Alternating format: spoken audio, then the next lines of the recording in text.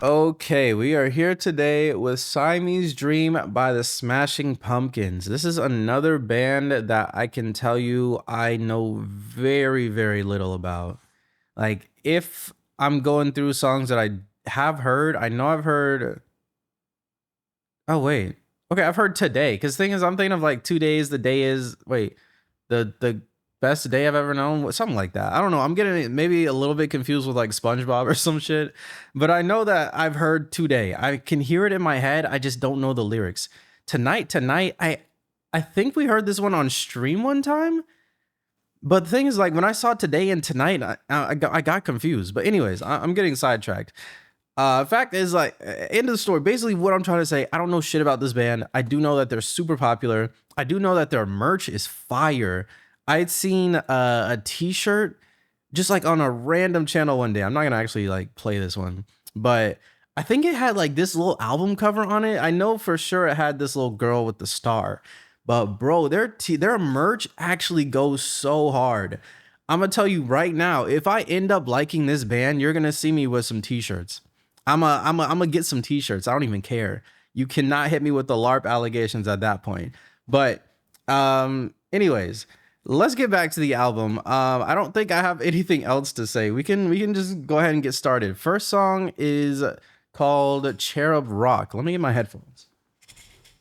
Okay, Cherub Rock. Let's do it. Let's do it.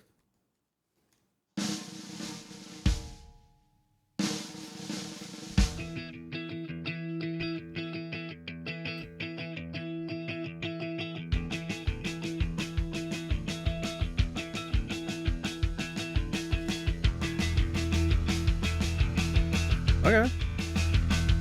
Not mad. I feel like I've heard this song title before, but I couldn't tell you where.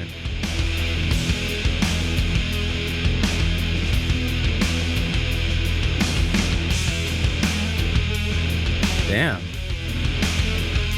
Wait, they were young. Hold on. Is this little photo on the side here what they looked like when it first came out?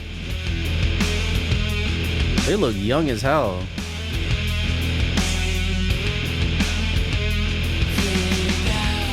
Ooh. Ooh, wait, I like that. Wait, I love how chill his voice is actually.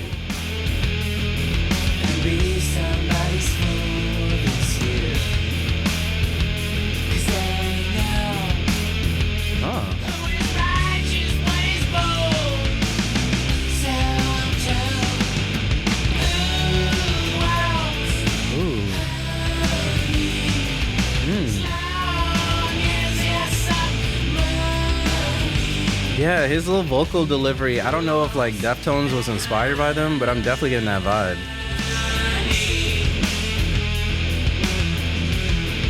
Yeah, I'm really fucking with the vocals on here.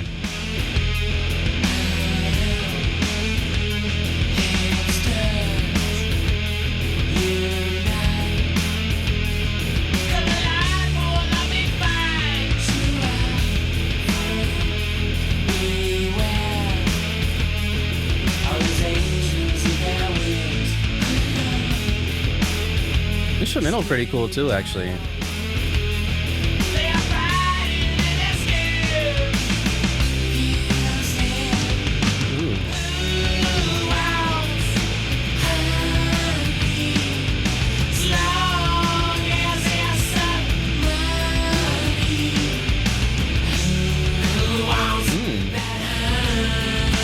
I'm not mad at this at all. This is just like a really cool, like chill, laid back type of song.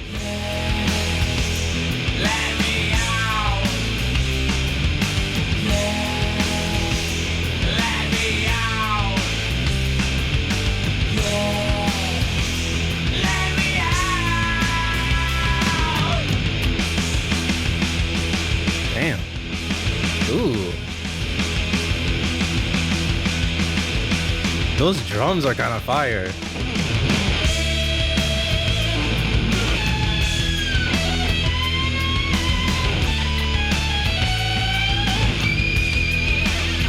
Whoa, what the fuck? Bro, this is actually a crazy sounding solo. Ooh, wait, I like how that came back in. Shit felt like busting open the curtain, seeing the sun, you know what I mean?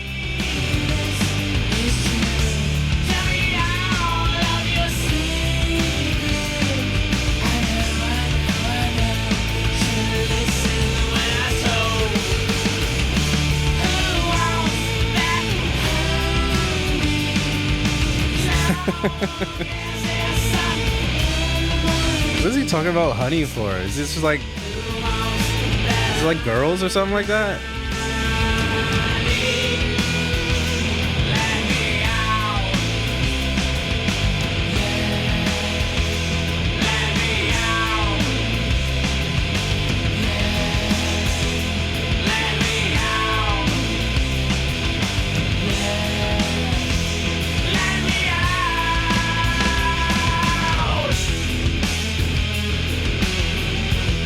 Yeah, this is cool.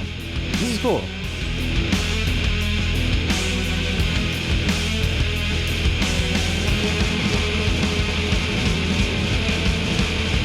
Ugh. Ooh, wow. Those drums were super cool. Okay. What I'm gonna say right now is I am definitely very surprised at how, I guess, how chill that this has been. I mean, don't get me wrong, we're one song in, but like as far as what I knew about them, I guess I don't know what I assumed they would be like, but I didn't think that it would be as laid back as it has been so far. I mean, don't get me wrong, like their drummer was definitely going crazy at some points. Like, shout out to the drummer for sure, for sure. Um, and I think I like some of the guitar riffs too, but I'll say like for the most part, the instrumental was fairly chill. Like it was kind of laid back. It really did just feel like, I don't know, like a Saturday afternoon or some shit. But maybe in like a really good way, not like in a negative way. I actually really enjoyed that one. Um there was a few things on here that I am interested in. Like, what is he talking about when it comes to this whole who wants honey thing? Uh, who wants honey as long as there's some money? Who wants that honey? So maybe he's trying to say that, like, I don't know, maybe he's like comparing honey to like the good life or something else. Maybe he's like kind of, I don't know, comparing honey to like, I don't know, women. I don't really know what it is that he's trying to do there necessarily. It does seem like he's kind of talking about the good life a little bit as I'm reading it a bit more. Freak out and give in. Doesn't matter what you believe in. Stay cool and be somebody's fool this year because they know who is righteous, what is bold. Huh. Huh. Hipsters unite, come aligned for the big fight to rock for you. But beware all those angels with their wings glued on, because deep down we're frightened and we're scared.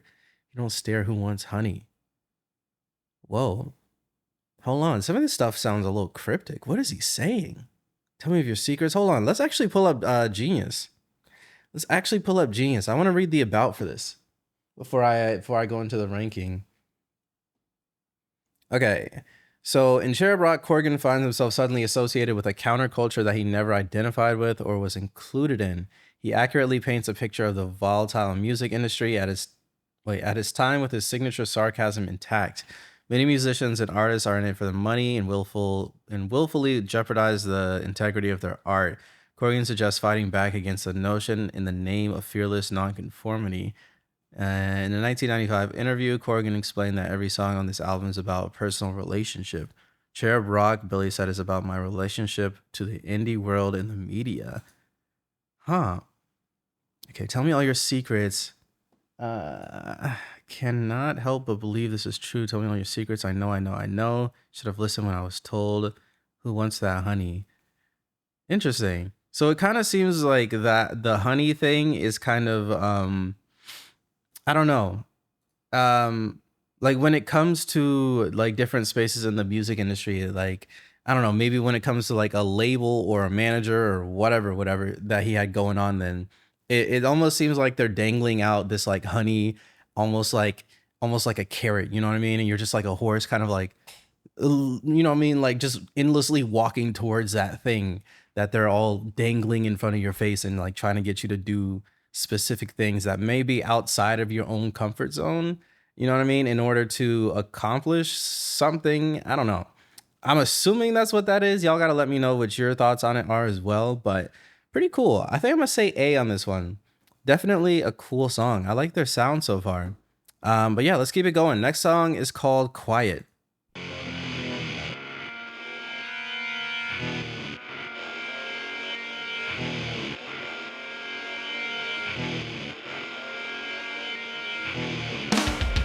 Whoa.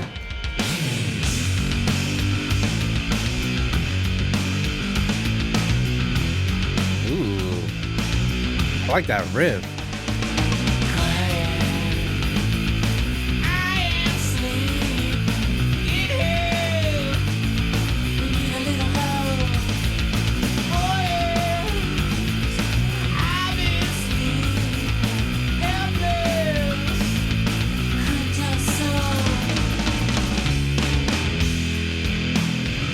Does seem like Deftones came out a little bit after them.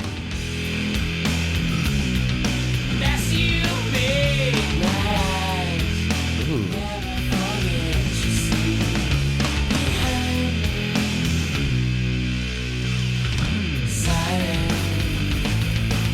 Huh. It's so interesting because it's like the sound of this definitely has like a little bit of that like metal-ish type of thing, but it's still kind of chill.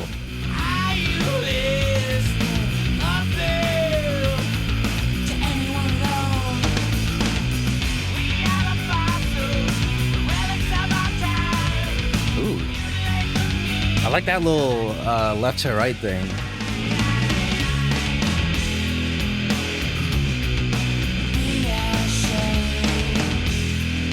Damn.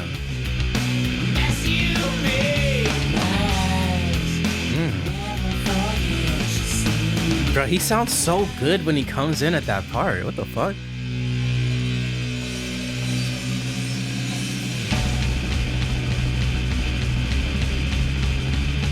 Oh shit.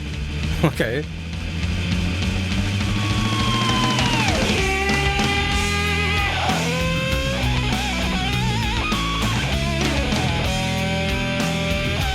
Bro, they have some crazy sounding solos on here.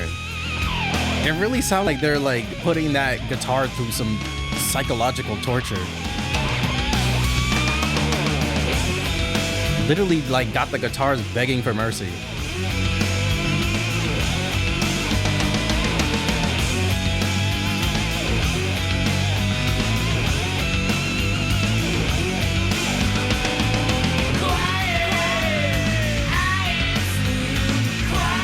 Oh, this is interesting.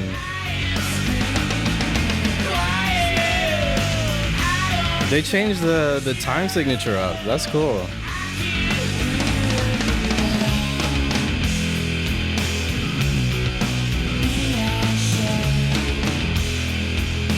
I'm actually having fun with this album so far. That part right there is my favorite.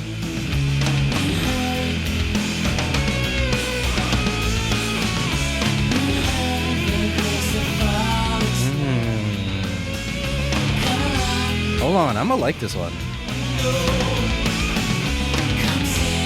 Ooh.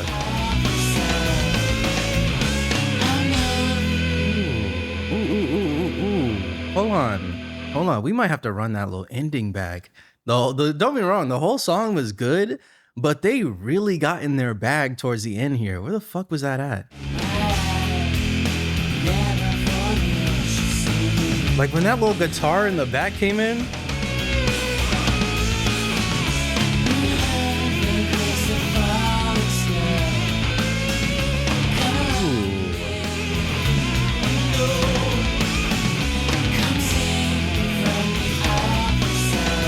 Wait, I really messed with that.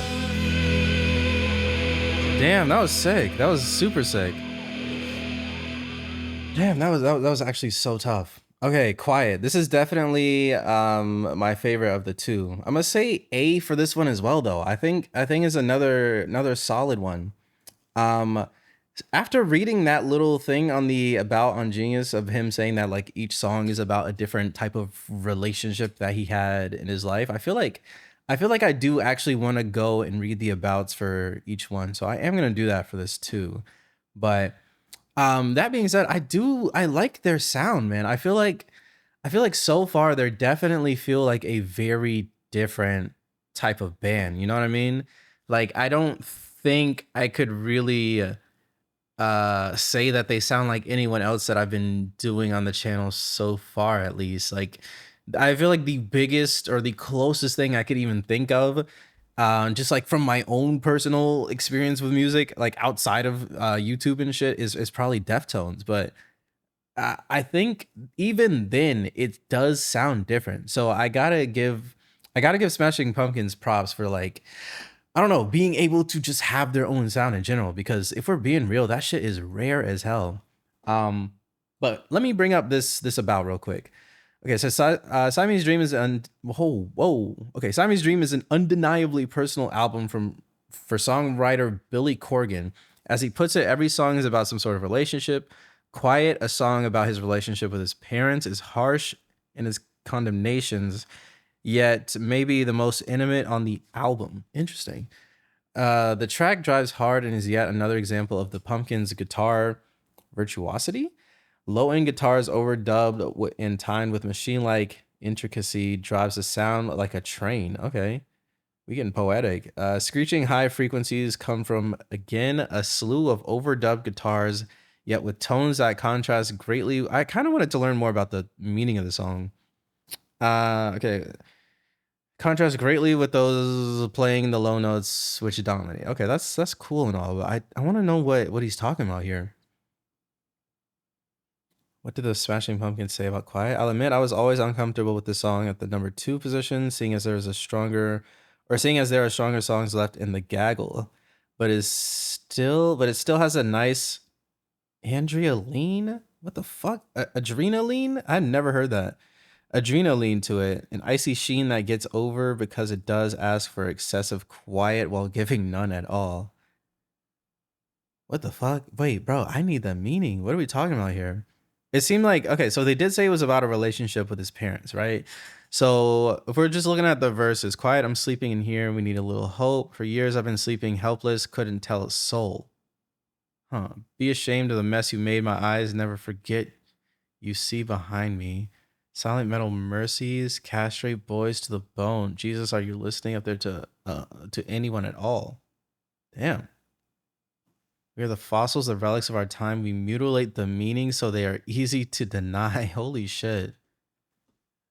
Wow, this one is crazy right here. I don't know if he's like speaking on his parents specifically, um, but that is a crazy thing to say. What does this say here? I interpreted this section as the same as everyone above. It's really difficult to have a relationship with a parent after it happens. After what happens? Even if they truly do change their behavior. Parents don't understand that the child's anger is valid. Doesn't necessarily mean that they hate the parent. Sometimes the reason families fracture is because they refuse to acknowledge the fact that the abuse occurred, which invalidates the child's reality. So it seems like, based off of what they're saying, that this has to do with some sort of abuse. We are the fossils, the relics of our time. Wait, we are the fossils, the relics of our time. We mutilate the meanings so they're easy to deny. I think this line is about the cultural tendency for people to ignore and deny abuse. Huh. Quiet, I'm sleeping in here. We need a little hope. Here we see an abused child attempting to flee from reality by pretending to sleep, referring to the relative quiet of closed eyes. Wow. Wait, that's not what I was expecting at all. If you want me to be real, when I heard this quiet I'm sleeping shit, I guess I assumed it. I mean, to be fair, I guess this is also abuse as well, but I kind of saw it more as like like neglect type of thing. You know what I mean? Like a kid is trying to get some attention from their parents or just like connect with their parents in some way, but they're just kind of like shutting them out of the room, kind of, you know what I mean? Like go play in the corner type shit while we sit here and do whatever the fuck we got going on. That's kind of what I assume was going on, but I don't know. I guess I don't know how deep the abuse here went, which damn, that's fucked up. That is fucked up. I wonder. I will say, I do wonder how people are getting some of this information from the lyrics here, because it, at the end of the day, is a bit is cryptic the right word? I don't want to say vague because I feel like that's not like the right word for it. Like it's very poetic, very cryptic, so it's not necessarily like completely straight to the point, but super super cool. Definitely my favorite song so far. Let me move on though. I feel like I looked at that a little bit too much. Next song is called Today, which I feel like this is the one I knew.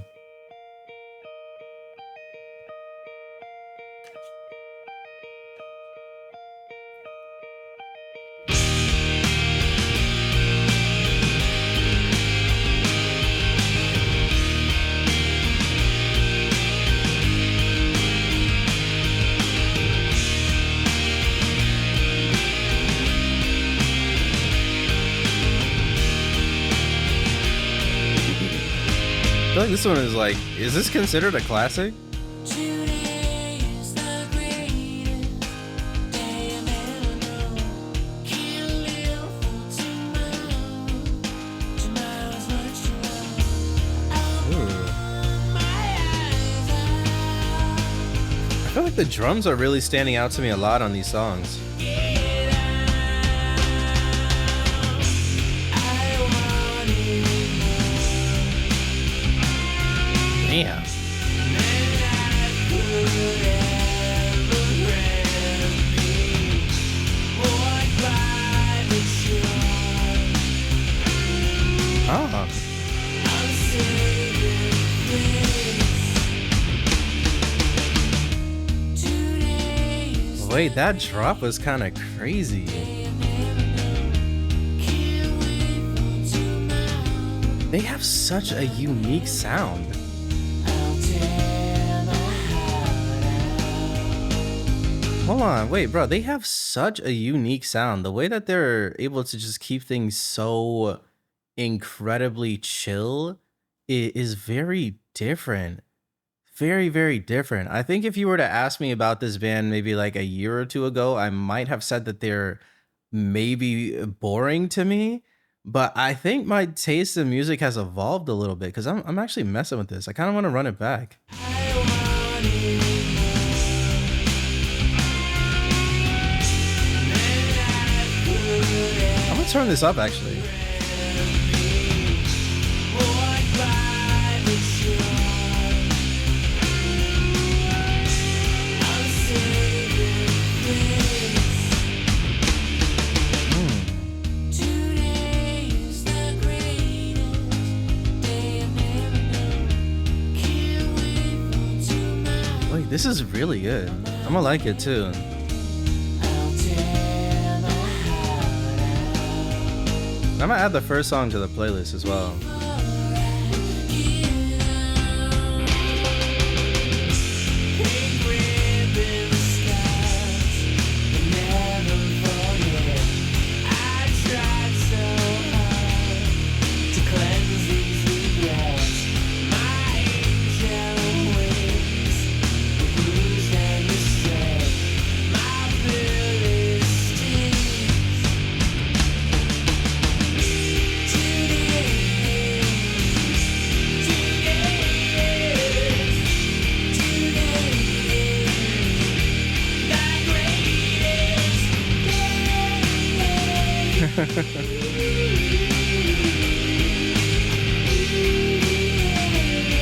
This is such a summer song, I feel.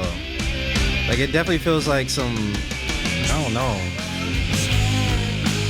Like some movie shit, like hands out the sunroof type shit, you know what I mean?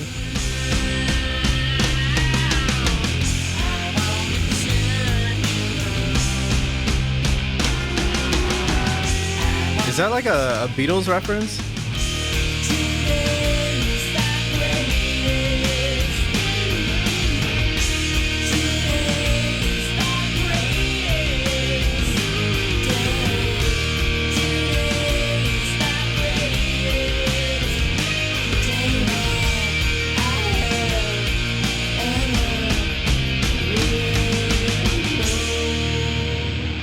This is cool. This is definitely cool.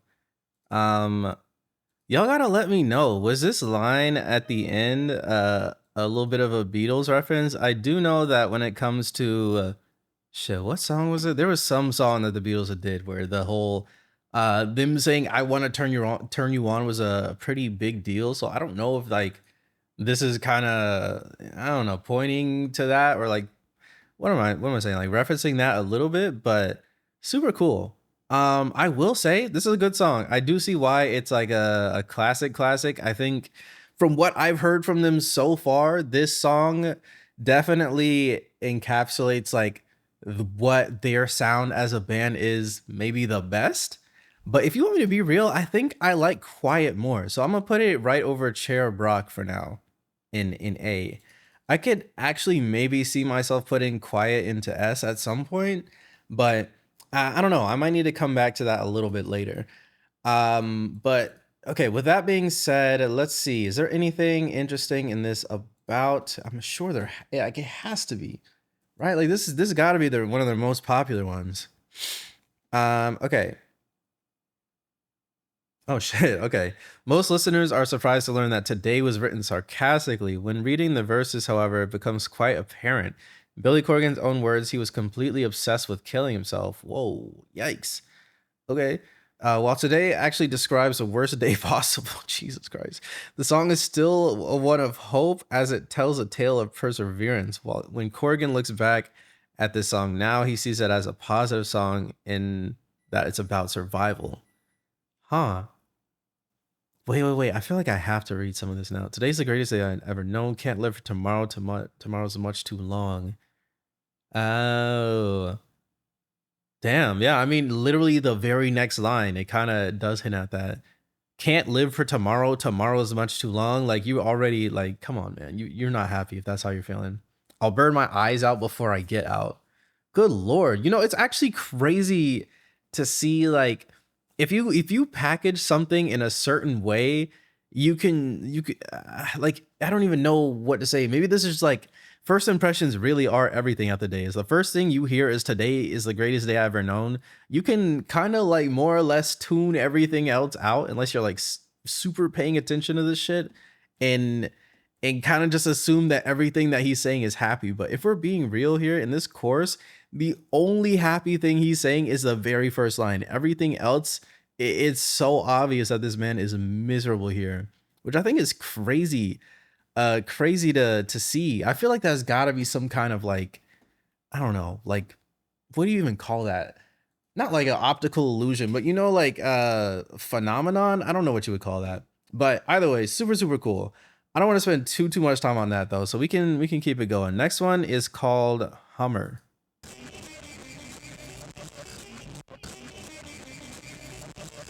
Whoa. You sound like some hyperpop shit.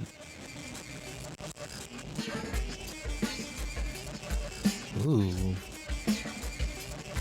Hold on. This could be tough.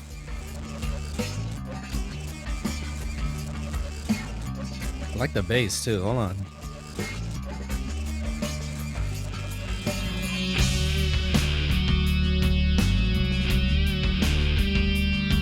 Ooh. Okay, hold on.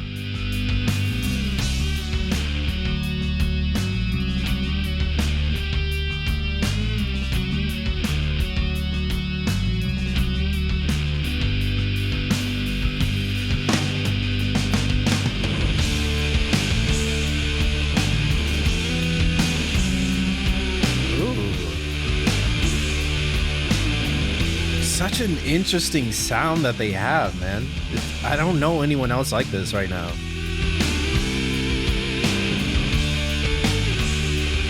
feel like even the way that like the songs are mixed, it's like very like weirdly flat. I don't know. The waves of sin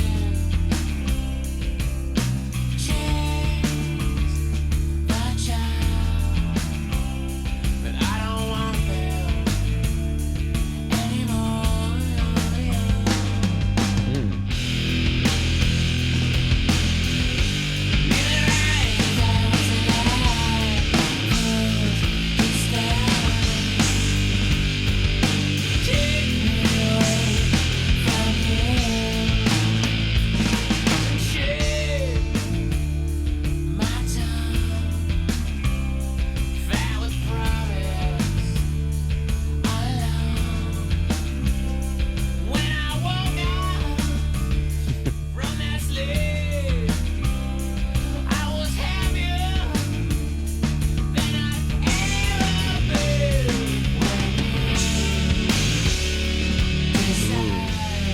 like that guitar right there. That's super cool.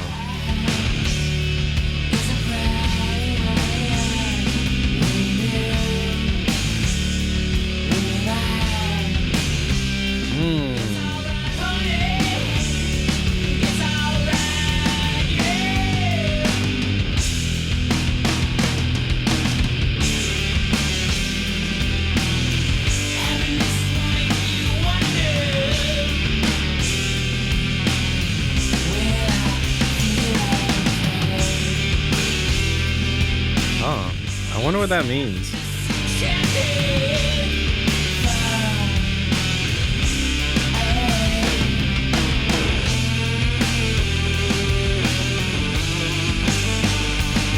Happiness will make you wonder, will I feel okay? Like, will I feel okay when things go to shit again? Like, will I be able to handle that? I don't know what he's saying there.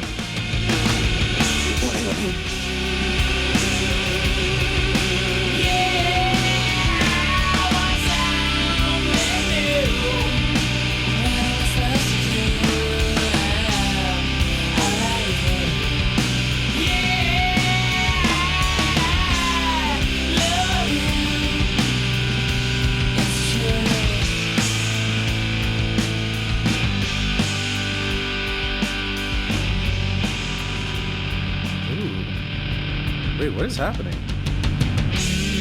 Ah, okay, nice.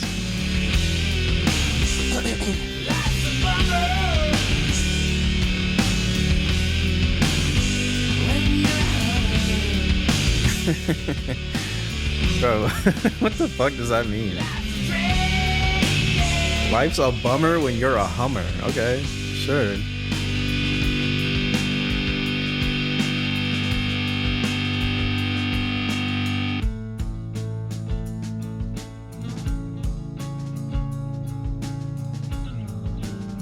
Ooh, this part's pretty.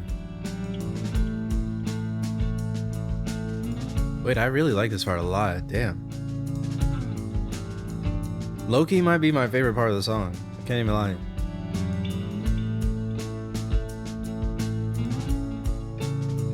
Ooh.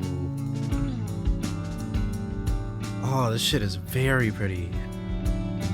Ask yourself a question. Anyone but me, I am free.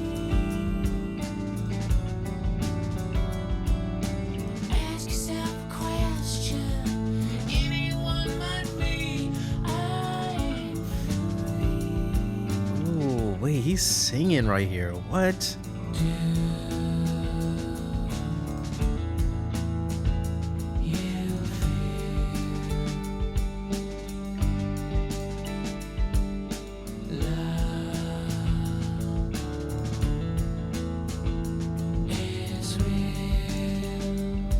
Ooh, what the fuck?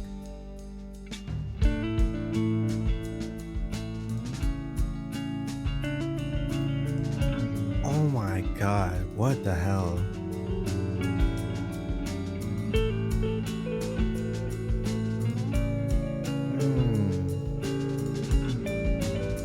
Bro, I can't even lie, most of the song I was kind of like okay on it, but this ending right here is crazy.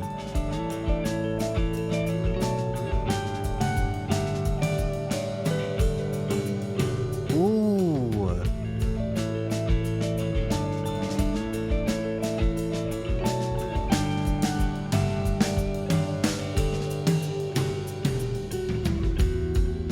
Bro, this shit is so crazy. Ooh.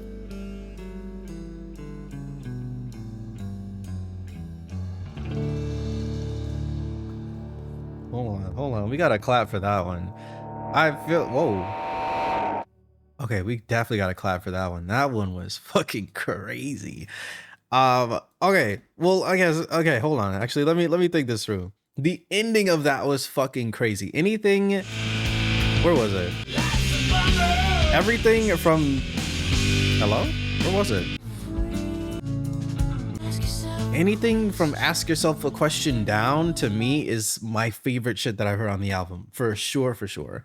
The rest of the song I thought was pretty good.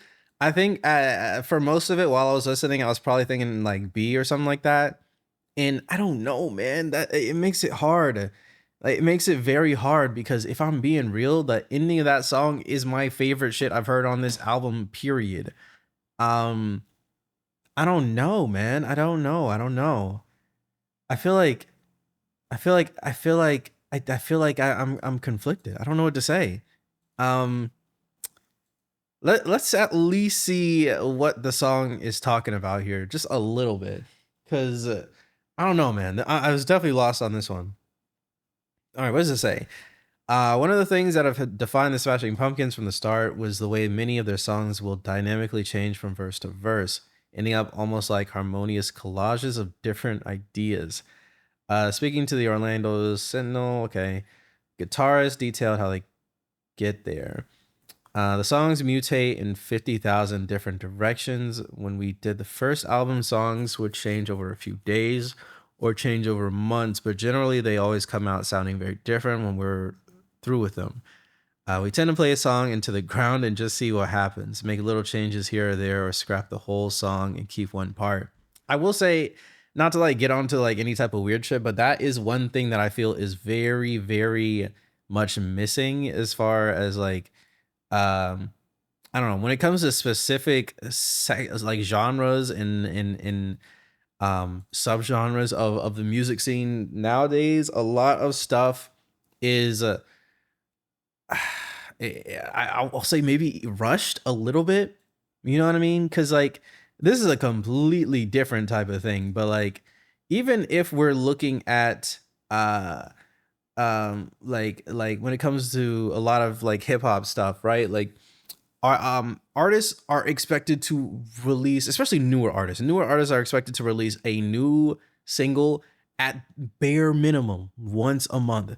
And it's like how I guess like don't get me wrong, like releasing a bunch of stuff in a very short succession, like yeah, you can evolve as a writer, but when it comes to evolving the overall production and craft into a unique uh package is going to be very hard if you are rushing to finish every single song just to keep your name out there. You know what I mean? Like attention spans nowadays are so crazy in terms of just like how quickly people will forget about you. It's actually insane. So it's like, bro, people aren't even really able to develop their art in the same way that they used to be able to. And I don't even blame the artist for that.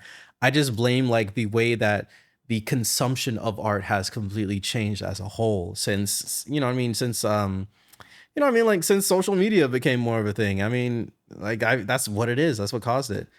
But anyways, let me finish this. Hummer is probably the most glaring example of this approach from Siamese Dream. Aside from the first and third stanzas, no vocal melody or chord sequence is ever repeated in the verses. Wait, really? It said the song moves from hook to hook, seamlessly navigating between distorted and quiet moments. Wait, I never noticed that. I never noticed that. Okay, first off, I feel like I need to understand what the fuck they're even saying by life's a bummer when you're a Hummer. Please, someone explain this. If on February 5th, 2000, Smashing Pumpkins played a show in Portland, Oregon, which they opened up the floor for a Q&A session. Okay, that's different. One fan asked, "Why do you have a song called Hummer?" And they responded, "Ever since I wrote that song, I've heard many different definitions for the word Hummer. I've heard that there's a car called Hummer. I heard that Monica, if you want me to be real, I thought he was talking about the car. Okay, I heard that Monica gave Bill a Hummer in the White House. Is that what people call that? That's crazy. But quite honestly, in my innocent youth, I imagine it being someone who just walked around humming a song to himself." Okay. So I will say, when I was listening to this and trying to figure out what the fuck he was saying by when you're a Hummer, I thought I was like, okay, Hummer, is he talking about the car? Or like maybe he's trying to say that like kind of like calling artsy, kind of like, I don't know, like in their feelings types of people Hummers. Um which I guess is like kind of a bit more what he was saying there, because he's saying that it's like, I don't know what he's saying. Like, if you're a person that just kind of like sings along songs to yourself all day, kind of like maybe a bit more isolated, uh, then I guess that's what he meant there by Hummer. So that's interesting. Very interesting. Okay. Cool one, cool one, cool one. Where am I gonna put this though? I don't want to say B, but I want to say B. Bro, if I could take the ER out of Hummer and put the ER in S, I would do it. But I can't do that. So I'm gonna just say bottom of A because it definitely had some of my favorite stuff on there, but I don't know. I feel like the rest of the song would have to grow on me. Okay, let's move on though. Next one is called Rocket.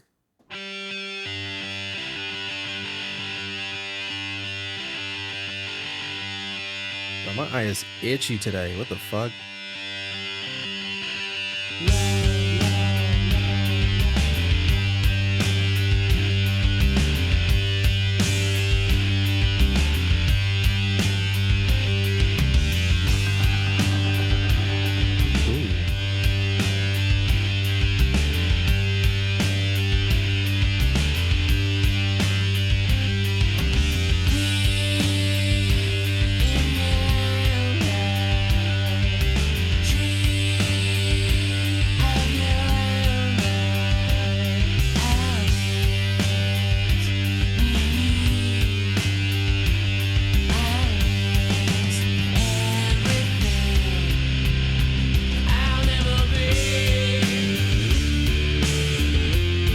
Ooh.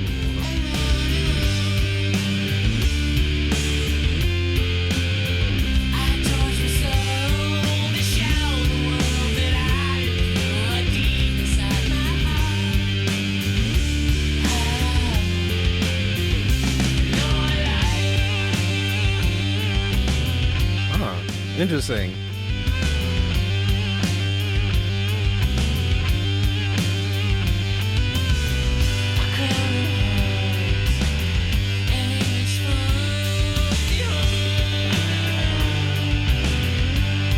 I don't know if I'm into this one.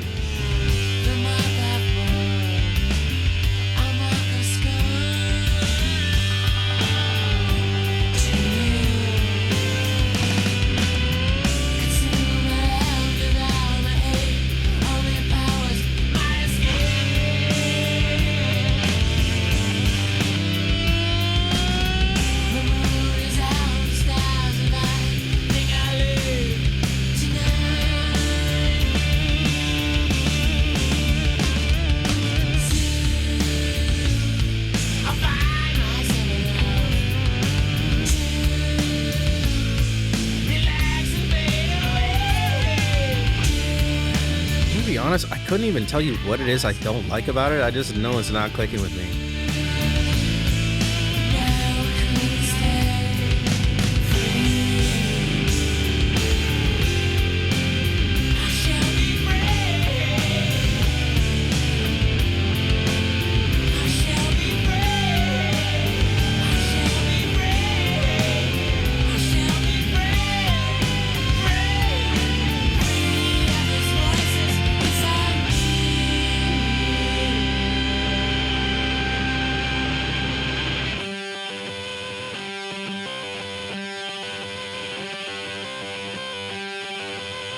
Ooh.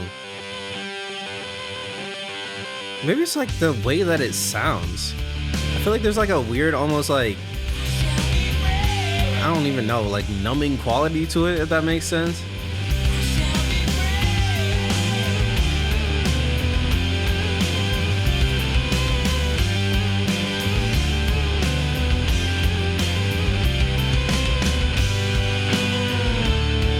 Ooh. Wait, that's kind of cool how it slows down right there.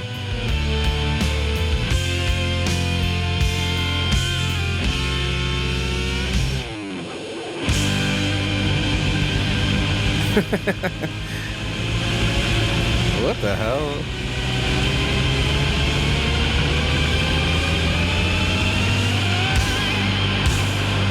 What the fuck? Bro, what an insane ending. Bro, you could tell they was definitely getting bored towards the end there because they was just like, fuck it. Okay. This one, I'll definitely say is my least favorite one so far. I couldn't even tell you. I really don't know. I don't know why it didn't click with me in the same way that some of the others did. I guess to be fair, like for the most part in Hummer, I wasn't super into it either, but I don't know. I think for Rocket, I think I don't know. There's very few moments in it that I was like very much invested in listening. I think I don't know. I'm gonna just say C. I can't even hold you. I'm gonna say C. I do want to see what they say here in the about though. I wish that the abouts were talking about the the meanings of the songs more. Let's see. Is there anything that like okay, what does it say? Fourth and final single off of Siamese Dream. Oh, this was a single. Interesting. Featuring the band's trademark guitar wall sound, which I think that's a good way to kind of describe it. I feel like the guitar wall shit that they usually do for whatever reason on the other songs hit for me a lot more, but I don't know, on this one it kind of felt like I don't know if anyone has ever like listened to like binaural beats or some shit to go to sleep, like some sound bath or sound bowl shit or whatever you would call that, but I don't know, I was like kind of getting that vibe on there and it wasn't working for me. um What's this? Okay, first song written for Siamese Dream. Wait, that's crazy. Music video for Rocket was the first Pumpkins collaboration with directors Jonathan Dayton and Valerie Ferris. Okay, yeah, cool, cool, cool. Won an MTV award for that. That's cool. Okay, but nothing about the song here. That kind of sucks, bro. Okay, let's see. Bleed in your own light, dream of your own life. I miss me. I miss everything I'll never be. So if we're going based off of the very first like few lines on this song and then like sticking with the whole each song is about a relationship concept. I'm kind of assuming that this song is about a relationship with his past self or maybe even a relationship with nostalgia, maybe. What does it say here? And on, I torch my soul to show the world that I am pure deep inside my heart, no more lies. Crown of thorns and image form, behold, the mark I've borne, a mark of scorn to you. Interesting. Interesting, interesting. I consume my love, devour my hate. This has to be about him, like a song about the relationship with himself. I don't know if he's talking about like past self. I don't know if he's talking about just like I don't know grief or whatever. But I feel like it has to be about himself in some capacity, which is definitely cool. Cool lyrically, but I don't know. I think I don't know, bro. I feel like I have to put Hummer in B too. I feel like I have to put Hummer in B because like as much as I love the ending of that shit, I don't know, man. I don't know. I don't know if it's enough for me to be like I have to play Hummer again, you know? But cool. Let's move on. Next one is called Disarm.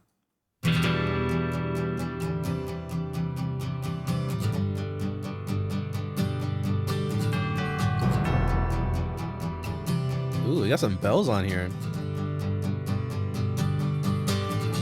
Disarm you with a smile and cut you like you want me to.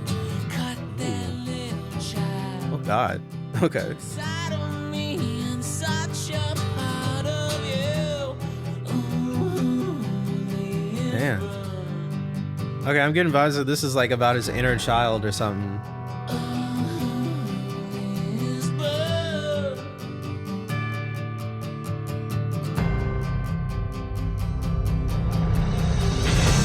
I used to be a little boy Oh, this one's different.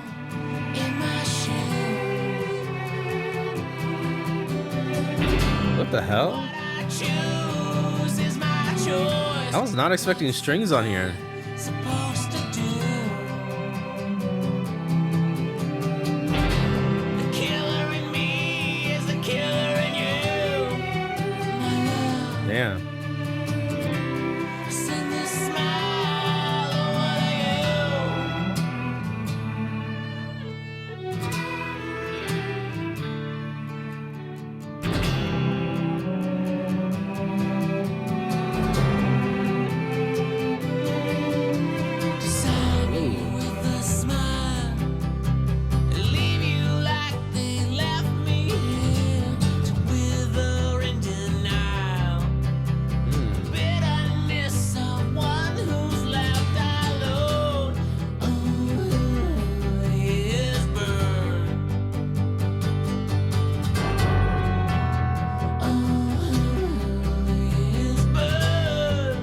song's pretty cool. I like these vibes actually.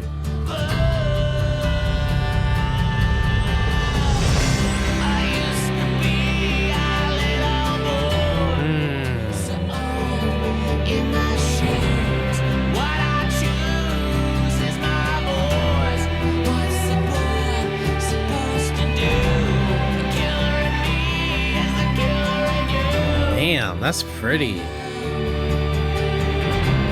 send this smile over to you. The killer in me is the killer in you. What the hell? It just keeps building up. The killer in me is the killer in you. Send this smile over to you. The killer in me is the killer in you. Wow. I really like that line. The killer in me is the killer in you.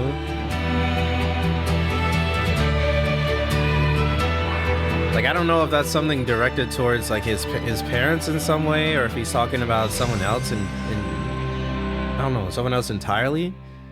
Super cool. Wait, this was a good one. This was a good one. This is a good one. I feel like it's definitely the most different one by far. I'm gonna tell you right now, the last thing I was expecting on this album was some strings in church bells. Shit was beautiful. I can't even lie. I'm gonna say A on this one. I might actually put it under Today though. I feel like Today kind of just had like a much more, I don't know, maybe unique quality to it that I feel is just kind of unbeatable.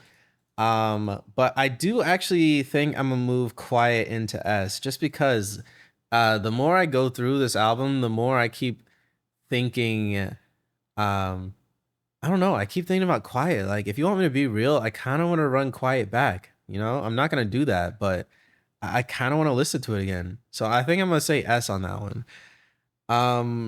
But where are we at? We're on Rocket, right? No, we're on Disarm. Let me pull up Genius on here because there's some interesting lines on this shit. Let's see. The lyrics of Disarm touch upon the subject of child abuse as Billy Corgan directly addresses it, or addresses his parents in the first person as an abused son. However, during the performance in 2019, Corgan revealed Disarm is really about the time he contemplated suicide. Damn. He also revealed he wrote the song the same day as Today. Wow. Which he called his suicidal anthem. Good Lord. Thankfully, Corgan said he didn't have the courage to do it and wrote the two songs instead. Although Corgan was very capable of delivering angry vocals, Disarm has none. Deliberately so. Corgan told Rage in 1993, "I didn't have the guts to kill my parents, so I thought I'd get back at them through song." Holy shit, wait. Wow. Wow. Okay, whatever he was going through as a child was some sick shit, like horrible shit. Wow, I didn't know that it was that deep for him. And rather than have an angry, violent song, I thought I'd write something beautiful and make them realize what tender feelings I have in my heart and make them feel really bad for treating me like shit. Instrumentation is dramatic, cinematic, and somewhat dark. An acoustic guitar is strummed throughout, but is often eclipsed with or by hopeful orchestral swells. Wow, man. Disarm. I think it's also a really poetic title as way, right? Or as well, because like if he really is at the point in his life where he is ready to, you know what I mean, like take himself out of this world for permanently, uh, writing this song where you kind of like spill your heart out on how much the abuse that you suffered as a child has damaged you, and kind of um titling it Disarm is very poetic in a way. It's almost like him being able to do this is like how he was able to, you know what I mean, like pull stop himself from, you know what I mean, quote unquote pulling the trigger, or stop himself from, you know, going through with this act, you know what I mean, just like actually disarming himself. Super cool actually when you think about it like that. um Disarm You with a Smile. Songs about Billy Corgan's relationship with his physically abusive father. Um, Disarm me with a smile and cut you like you want me to. Cut that little child inside of me, such a part of you. So okay, so what I was saying earlier about the killer and me as the killer and you is definitely something that was like aimed more so towards his parents. Like the the rage and hate that I feel inside of me is a product of the rage and hate inside of yourself that allowed you to treat me the way that you did as I was growing up. You know what I mean? Like I honestly I feel and you know what I mean? Like I hate to I mean, at the end of the day, right? Like I'm very lucky. I'm very fortunate that I did not grow up in circumstances like that. But at the same time, I don't know. I always feel weird saying things like that because I don't ever want it to feel like I don't know, like rubbing it in someone's face. Like I don't know how to put that. Um, wow, this is some crazy stuff. I love how vulnerable the lyrics are on this album. Like even though that this was not like one of my favorite songs on here, or actually I'm lying, I'm lying. I'm getting this confused with Rocket, my bad. Even though this what am I saying? Even when it comes to the songs that aren't my favorite, let me completely change how I'm phrasing this. Even when it comes to the songs on this album that aren't necessarily my favorite when it comes to like a listening perspective, when we're talking about just the overall package and what these songs mean for the main what do you call him, the main vocalist, it really, I don't know, like just the fact that it does have so much meaning to it and it is so personal and so thought out as well, it really does add so much to it. Like even if it isn't something that I would personally listen to, I can still give it so much respect for what he was able to do here just from a lyrical perspective, or even maybe even just like a personal accomplishment, just like from his own like for his own mental health. You know what I mean? I think that's super cool to see. It's like we're watching this person grow in real time just by listening to the album. I think that's super sick. But let's move on. Next one is called Soma.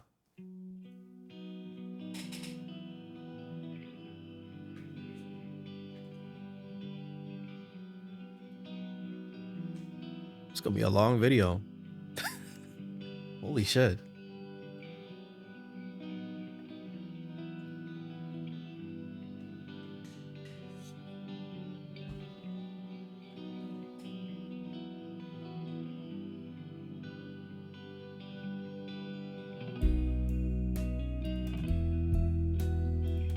Ooh. This one's pretty. It's so soft.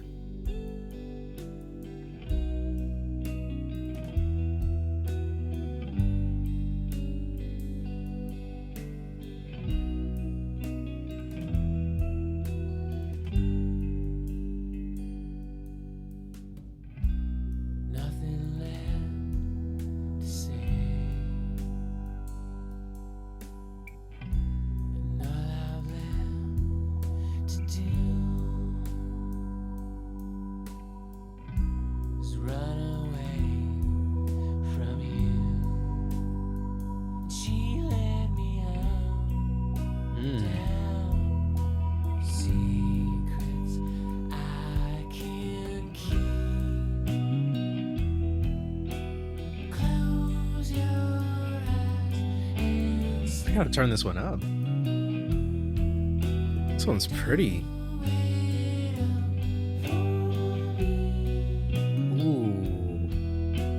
Hush now, don't Hold on, this is an early like. speak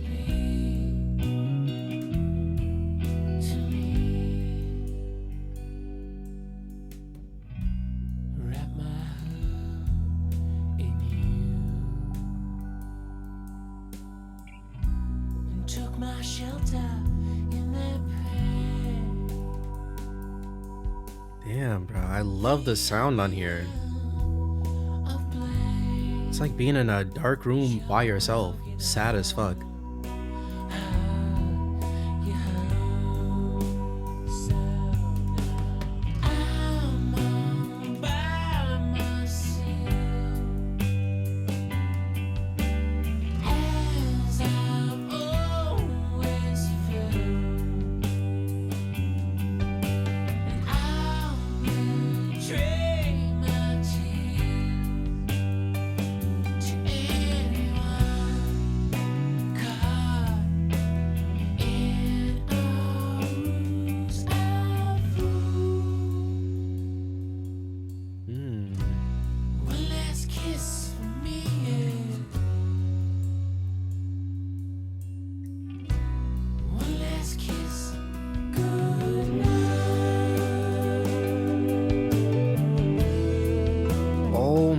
god.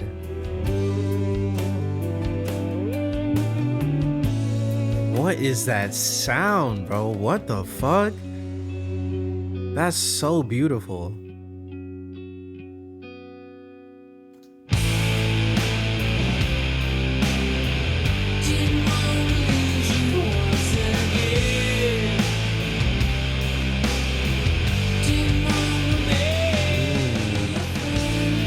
This shit low-key got like some grunge vibes right here.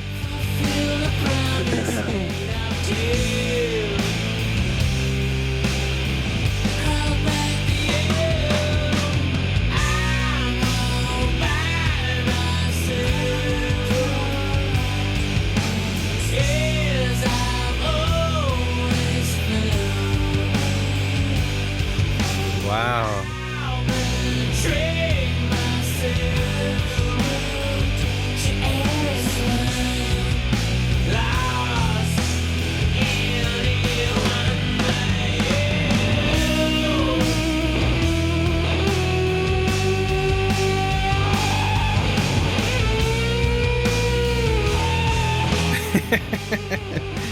Bro, who is on the guitar on these solos? They really be doing some wild shit. Like I said, they literally got these shit screaming.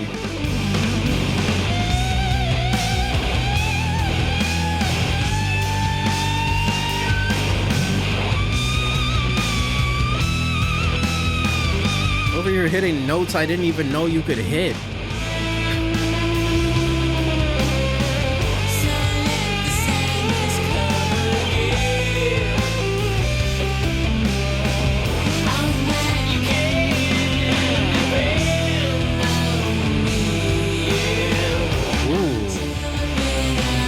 Whoa, that's crazy. It's like the sound changed up somehow.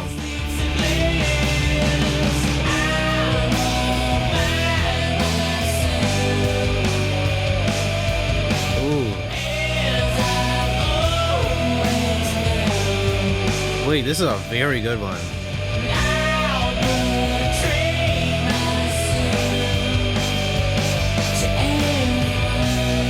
It's so cool how it's like the song starts off super pretty, but like towards the end, the melody is almost like somewhat sinister. You know what I mean? Oh, wow. Okay. And now we're chill as fuck again. But like now it's kind of creepy. Wait, I think this is one of my favorite ones on here.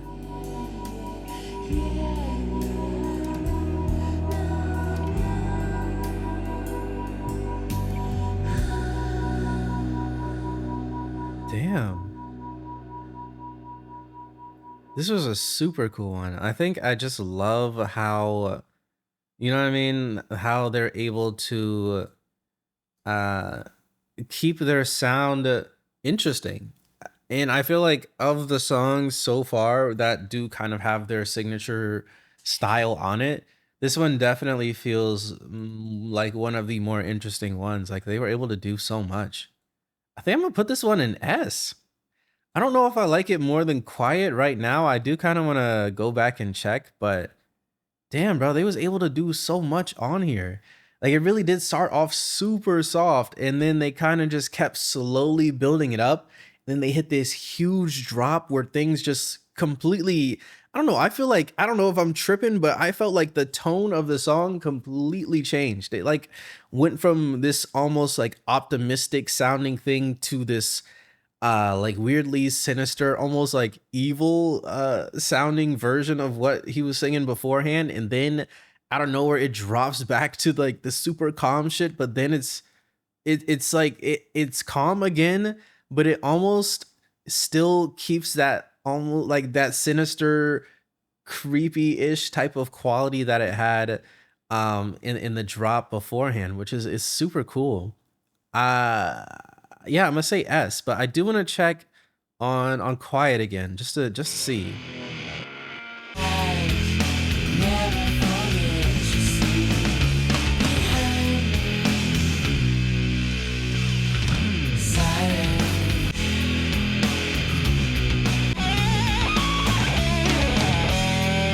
Quiet is cool, but I feel like Soma is better. I feel like Soma is better. I'm gonna put Soma top of S. I'll put Soma top of S. Hold on. Yeah, Soma top of S. Okay, I feel good with that. I feel good with that. Let's see if Genius got anything interesting. Let's see if Genius got anything interesting. Thing is, I don't always love going super deep on Genius when it comes to certain bands and stuff like that, but I feel like from what I've been hearing so far, you kind of have to with this one, because it's just like there's so much meaning in layers in some of the stuff that they're doing here. Okay, loosely connected to the drug found in Huxley's Brave New World. Wait, what? Someone's a drug? I guess it's like a fictional thing. The song describes numbness as a defense mechanism to deal with life's stresses. Billy Corgan has commented that his inspiration came from the loss of his girlfriend in 1992. Good Lord, man. This guy was going through it. It's about the girlfriend who left me last year. I tried to put all my anger in those words, even though I'm just as much to blame for the breakup. Soma. Wait, oh, the loss of his girlfriend. So they're talking about a breakup. Okay, the way that they worded that, it made it seem like his girlfriend had died or something. Soma is based on the idea that a love relation is almost the same as opium. It slowly puts you to sleep. It soothes you. It gives you the illusion of secureness or of sureness and security. Very deceiving.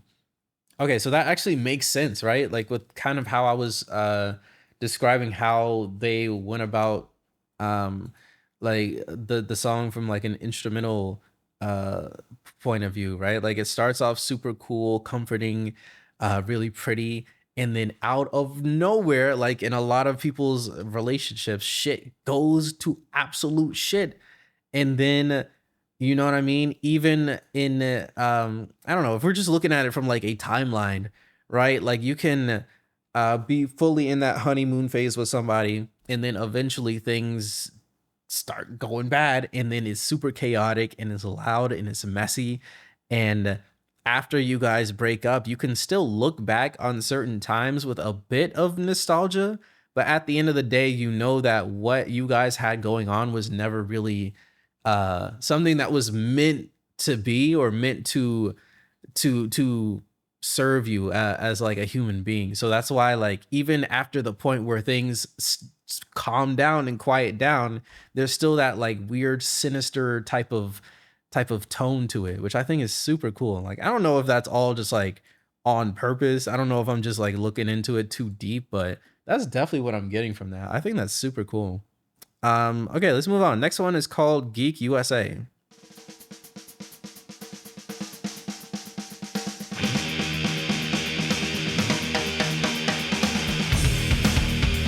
Ooh. Damn.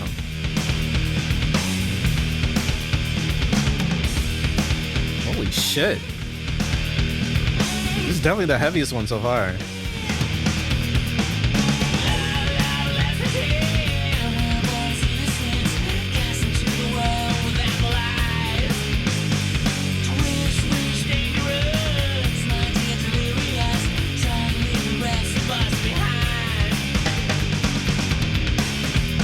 Ugh. Whoa.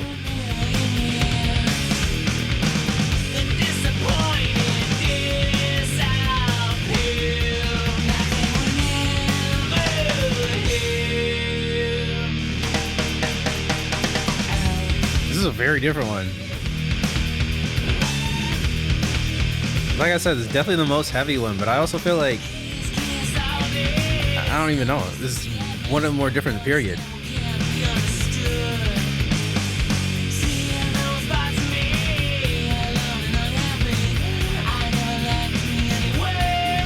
Damn.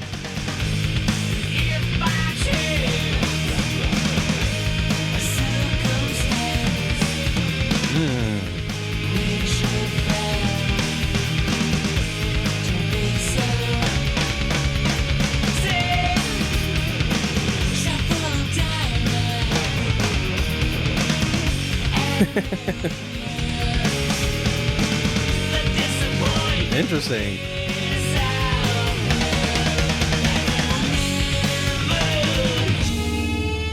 Whoa. Holy shit, big switch up. I was about to say they don't usually hit little guitar runs like that with like the super fast picking or whatever you call that.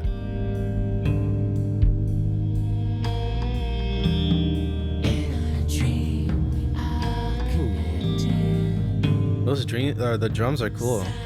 It's very dreamy right here.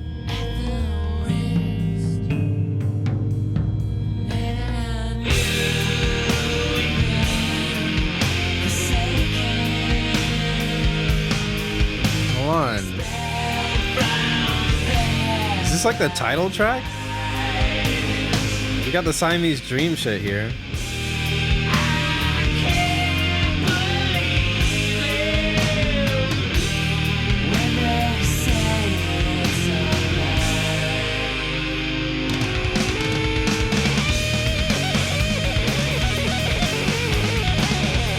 Oh my god.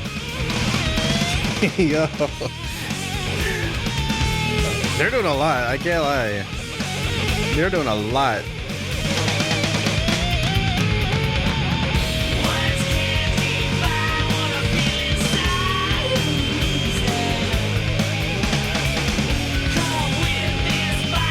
They are doing a lot. I don't love it, but they're doing a lot.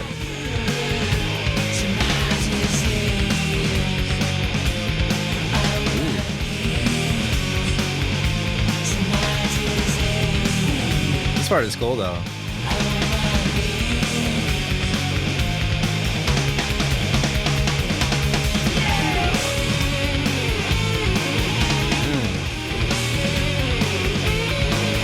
Damn.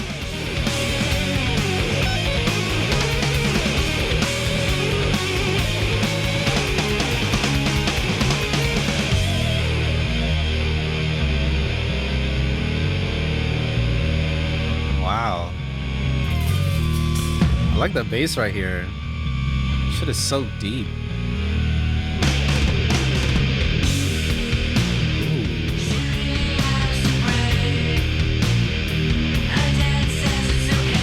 I like this part a lot. This is my favorite part of the song.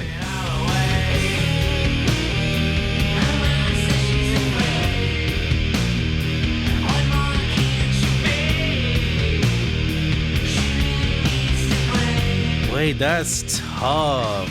Whoa.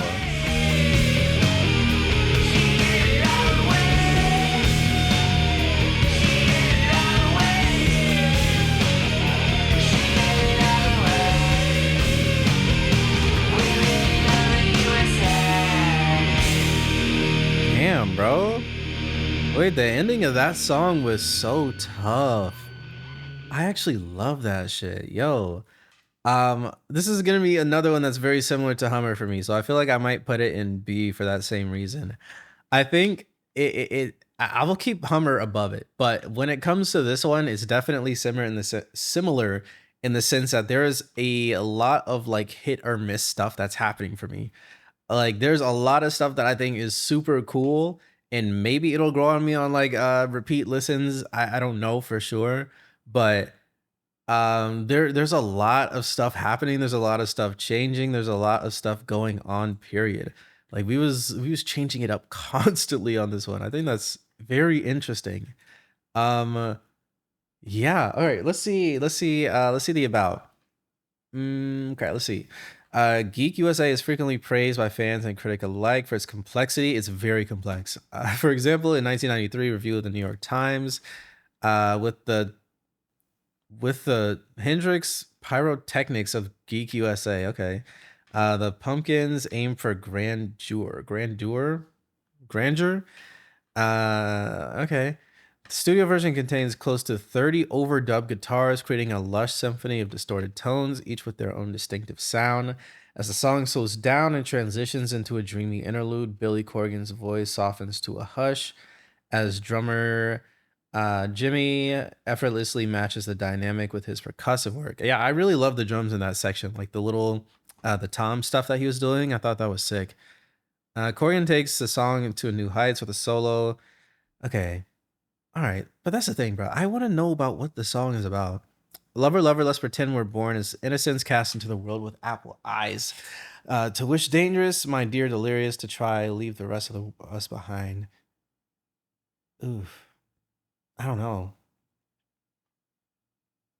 In a dream, we are connected, Siamese twins at the wrist, and then and then I knew we'd been forsaken, expelled from paradise. Bro, he must have grown up doing a lot of like Bible school shit. He really does write a lot of these lines like similar to how like things in the Bible are written out, if that makes sense. Okay, this is cool. Very cool. I don't really know what this song is about. I don't think I'm gonna be able to find out by reading this, but it was interesting. I think I'll say bottom of B right now, but let's keep it going. I don't want to spend too long on it because I don't think I'm gonna figure it out. Next one is mayonnaise.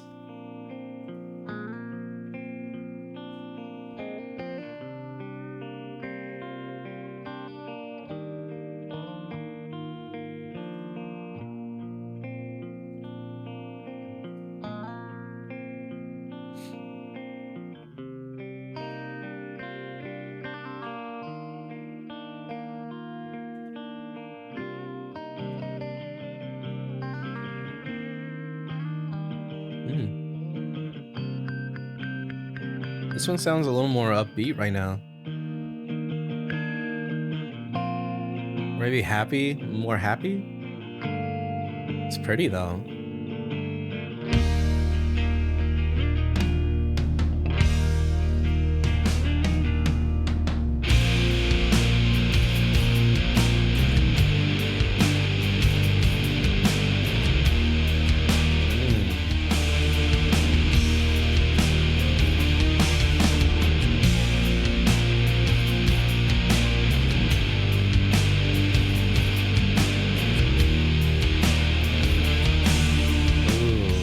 I like that.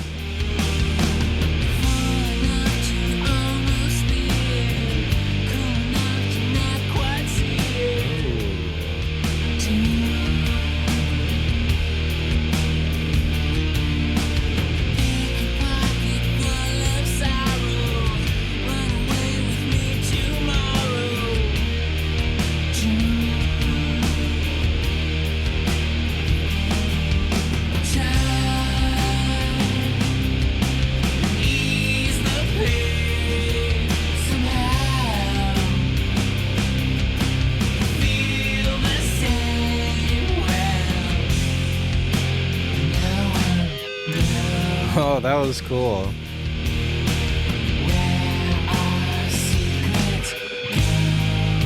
That's sick. I love that little feedback thing.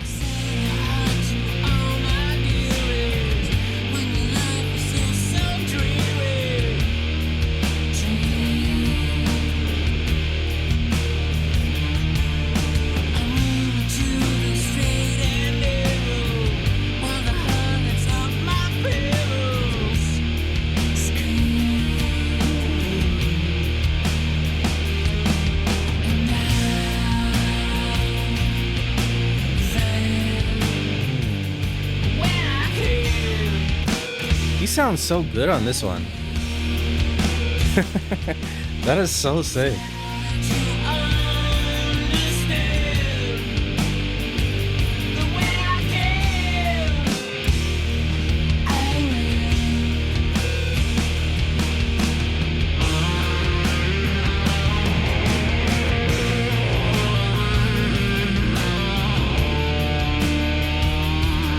Man. This one's really vibey.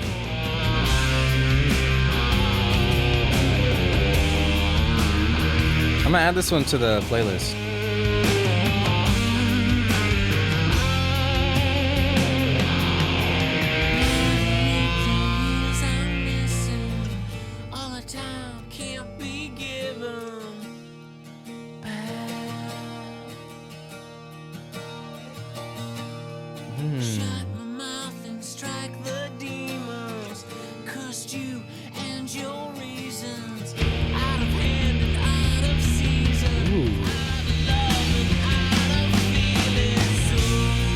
Wait, I really like that acoustic section. I was not expecting it to switch back so fast.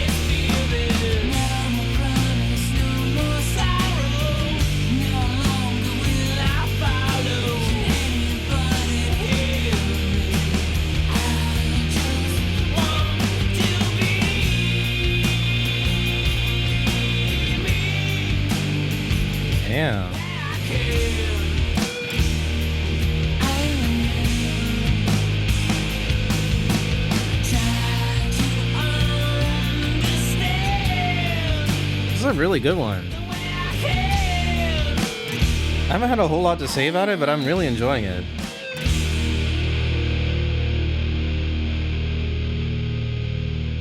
Dang, this one's gonna be pretty high up for me.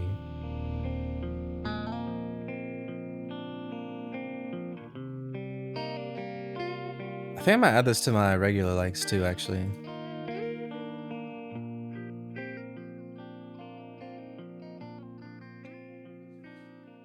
Dang. Yeah, this was cool. This is a cool one. I love how uh I don't even know how to explain it. It's just another one that has that really chill, kind of upbeat, almost like optimistic sound to it. I don't know, like obviously like lyrically, what I mean, he loves to kind of like contrast that happy sound to like the most depressing shit ever. So I'll see like what it is he's talking about on here for real in a second, but this was very cool. I'm gonna put this in A. It's gonna be I think I might like it more than Disarm. I might even like it more than Today. Let me see.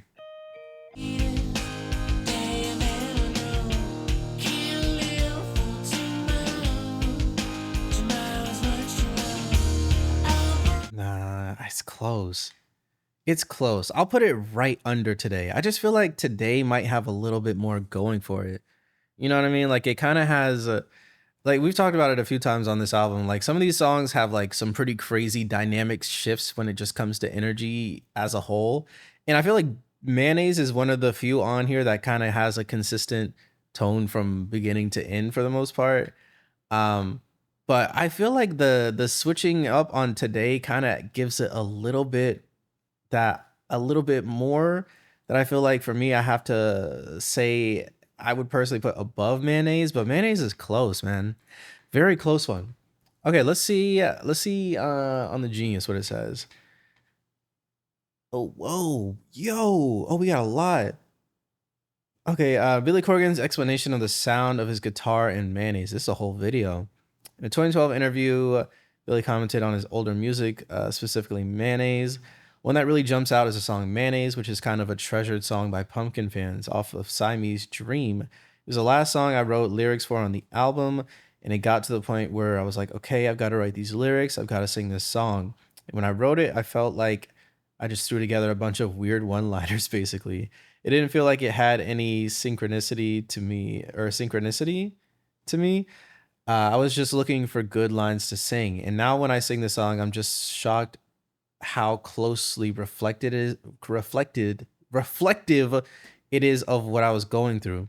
It's almost like this weird personal anthem to my experience. But I didn't feel that at the time. And I can see why people identify with it because now I identify with it.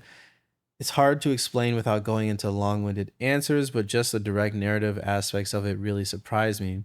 It's like how you look at Picasso's art and see who he was sleeping with at the time. But instead of painting her, he paints Madonna. The Madonna, the Madonna, you know what I mean. What the fuck? The Madonna, you know what I mean. Okay. He turns his mistress into the Holy Mother. Similar things happen with me. Stuff shows up in all these weird places, but I don't remember thinking that at the time. I was just struggling for a language. Huh. Okay. And while it's within the realm of possibility that the lyrics are more or less total bullshit and not connected in any way, the truth and pain Corgan is trying to communicate, with the audience comes out loud and clear, and there's without a doubt something brilliant about that. Yeah, that's interesting. It's almost like at the point in time he was just kind of in a bit of a flow state. I mean, I guess he did say he was struggling with it, but like when it comes to what was actually getting put onto, what was actually getting penned out, it's kind of like a just like complete stream of consciousness shit that may have not meant anything to him at the moment, but could have, because the thing is like whatever even when it comes to just like our day to day, right? Like the first thing that comes to our mind is going to be a result of what we have kind of conditioned ourselves to. I don't know what we've kind of been conditioned by in the first place, right? Like a lot of people, I don't know, like what am I trying to say? I don't want to get like too I don't want to talk about this too much. Like what am I trying to say, bro? A lot of subconscious shit can happen. Wow, I don't know, I don't really know. Yeah, I kind of lost my train of thought on that one. Um yeah. Anyways, let's move on. I definitely lost my train of thought. Next one is called Space Boy. Holy shit.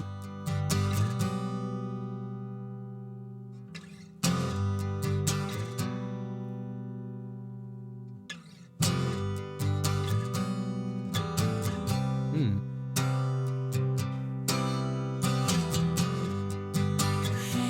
I kind of hope we keep the acoustic vibe on here. Break your bones, Mr. Jones. Taste me as I bleed. Taste my need. Space boy, I missed you. Ooh. Spinning round the head. Ooh, that's cool. We got like some strings on here again. Any way you choose me, you'll break instead. But it almost sounds like Mellotron strings. Watch me. Death defied. Defy my life. It's such an interesting rhythm here. I don't need. I don't care. Please. I wanna go home. What the fuck? I wanna go home. Okay. I wanna go home. Yo, that caught me super off guard. I wanna go home. 'Cause when a lover aches, that's when a lover breaks. I wanna go home. I wanna go home. Ooh. Damn, this is pretty.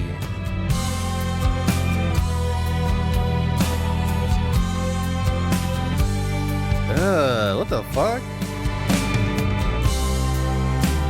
Space boy, they'll kill me before I'm dead and gone.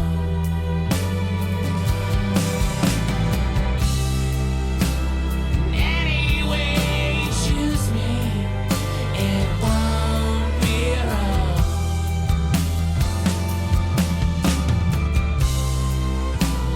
Any way you choose me, we won't be long. Yeah, that's gotta be like a Mellotron or something. It has such a specific sound to it. Won't be long.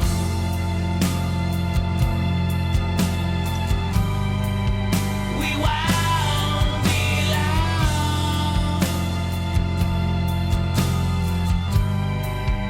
We won't be long.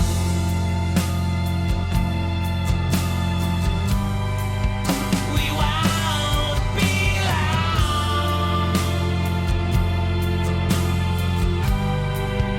We won't be long.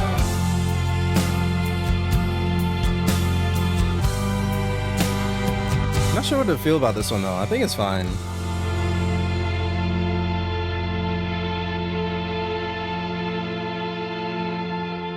Yeah.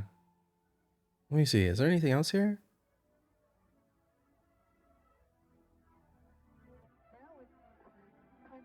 Is it like a TV?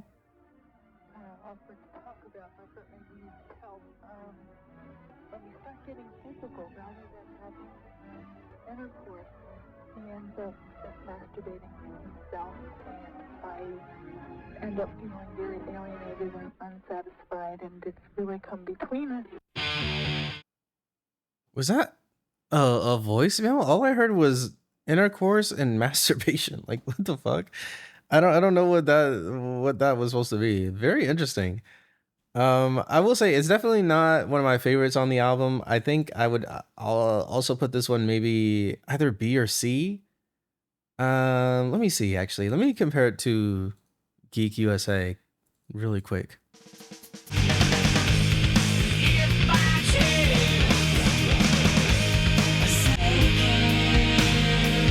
with this virus on my mind, I feel like Geek USA is definitely more chaotic, but I feel like there's also sections of both Hummer and Geek USA that I loved. You know what I mean? But for Spaceboy, I kind of was just kind of like, I was all right on it for the most part. So I think I might actually put it in C with Rocket. I'm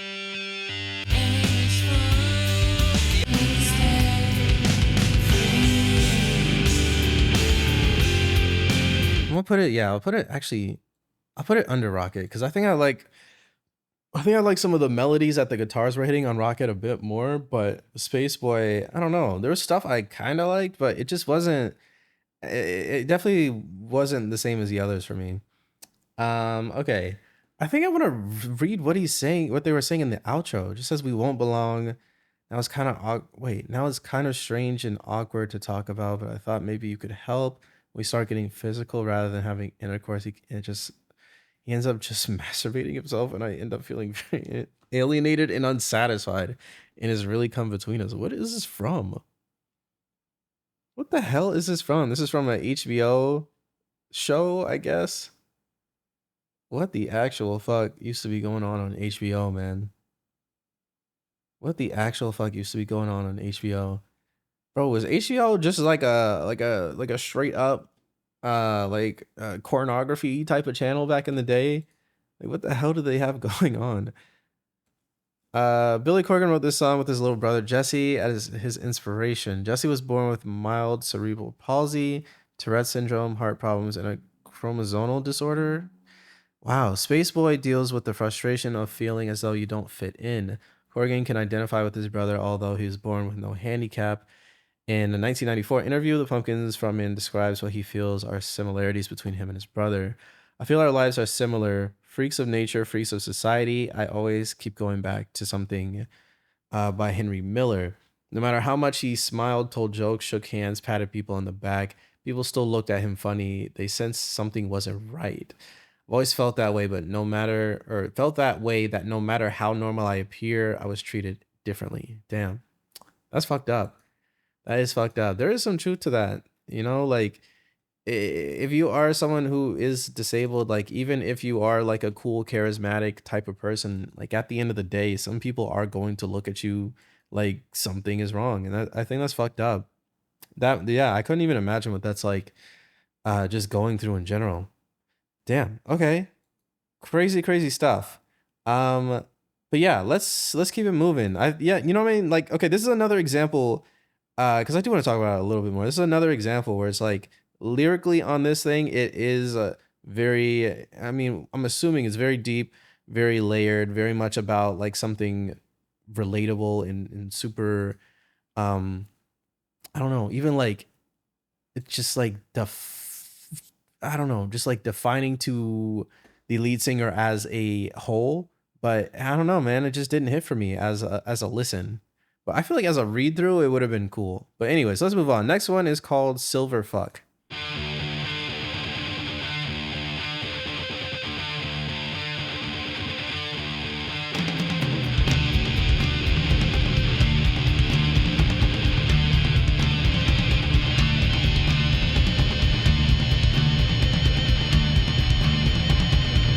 Bro, is this gonna be a 2-hour video?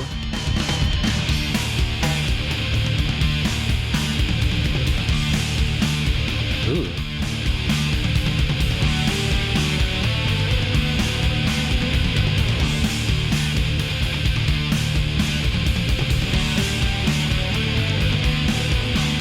Huh. These drums are super interesting. Ooh. Damn.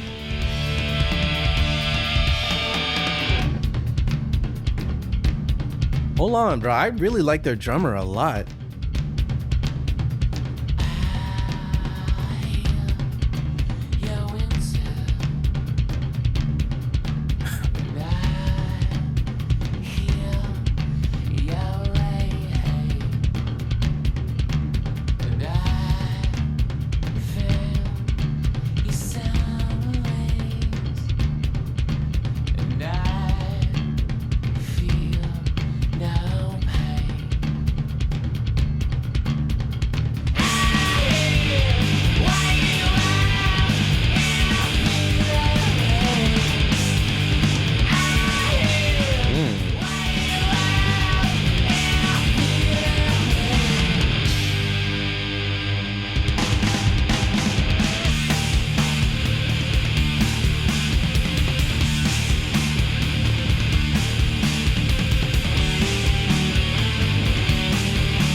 Damn, this is kind of cool.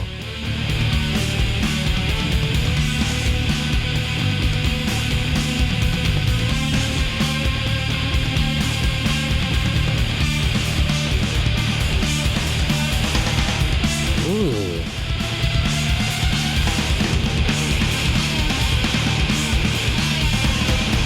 Damn, wait, they're actually going crazy on this song.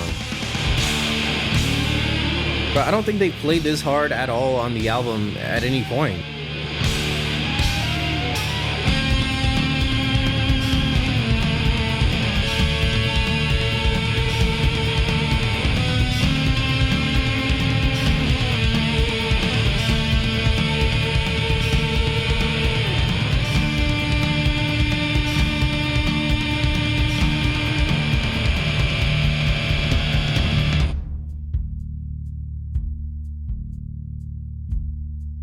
Okay.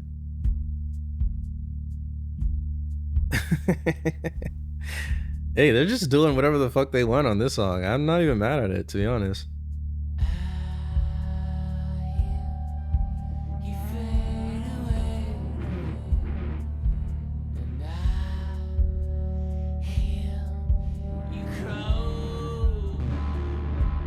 Yo, what the fuck? They do so many interesting things with the guitars on these songs.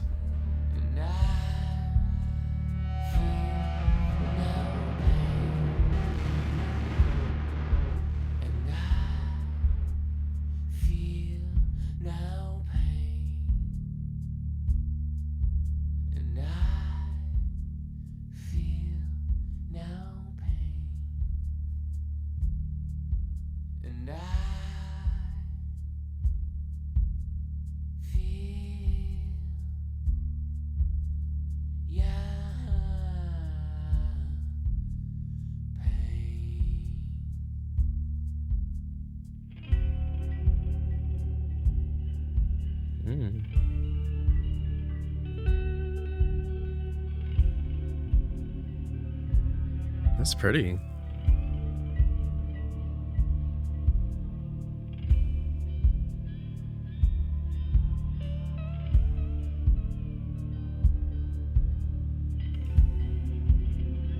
Okay, I will say I just glanced at the Genius on here. I'm trying to find something that talks about the meaning of the song. Like I don't know. They're just talking about the instrumental and the about.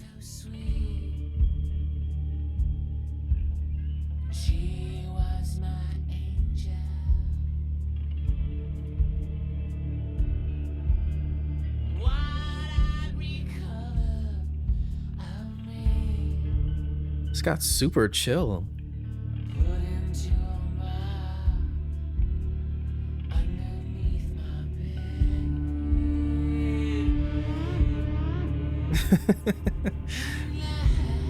This is a very ambitious one.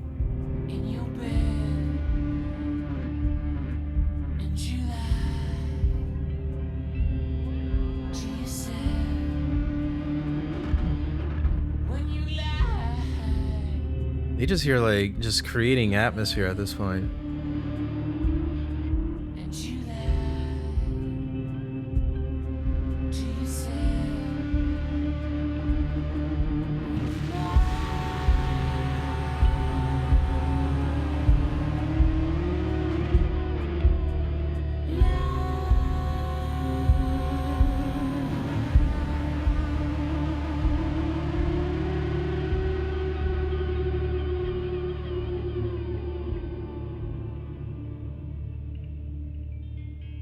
Yeah, this is a long one.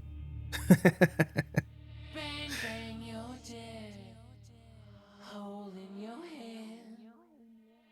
Bang, bang, you're dead. I don't think I like it though. Hole in your head. It's very long, Bang, bang, you're dead. but it also just kind of feels like they're just experimenting, just kind of, I don't want to say aimlessly, but that's kind of what it feels like.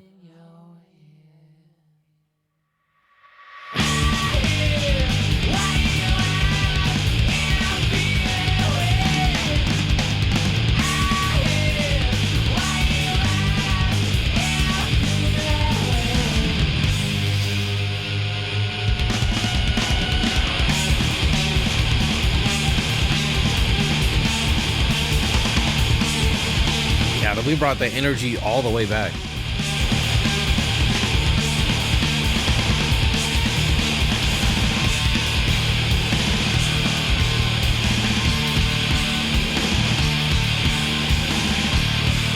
Holy shit. Yo.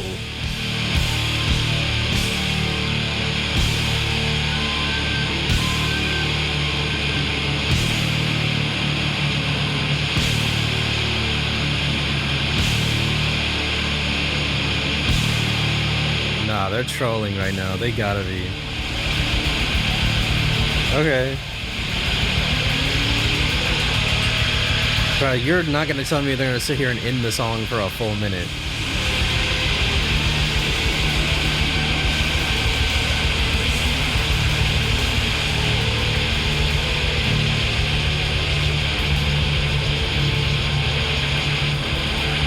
Just like...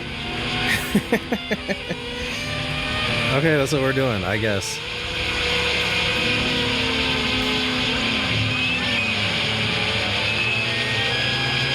Oh, they are using every single effect that they had. What is even happening on the right? Wait, actually, what even is that effect? That sounds crazy. Okay. Alright. I'm gonna be real with that. That's definitely my least favorite song on here. I think I won't go F on this one because I don't think it was horrible, but it's definitely bottom of C. And if there was a category in between C and F that I had, I would put it in there because, like, by far my least favorite one. I don't know. Something about it just kind of felt like they was just in there freestyling. Like it didn't even have any super consistent structure to it, and that isn't even necessarily isn't always a bad thing. Like I do like some like progressive stuff sometimes, like when it comes to jazz and even rock. I do like some prog rock stuff, but bro, maybe it comes to just like the energy of it. I don't know if it's like the energy of it mixed with the placement of it in the album, because bruh, if we're being real, we're an hour and we were like an hour and 30 minutes in by the time this started playing. And then it's like an almost 9-minute song of them just kind of experimenting with like ambient horror rock type of shit. Like I don't know what it is that they were going for, but I don't know if I was into it. All right, let's see. Is there anything on here? I did see this part where it says that they're what the song is about or what they say about it. Okay, endless jam that we beat into submission using the club crowds as test dummies for what needs to be an ever infinite magnum opus. We were inspired by a date we play in Minneapolis by a UK band called The Hypnotics. who play a 30-minute encore that goes on for so long that the clubs cut the power, yet the band refuses to stop. See, like, yeah, that for me, I don't need that. I'm gonna be honest, bro. I don't need that.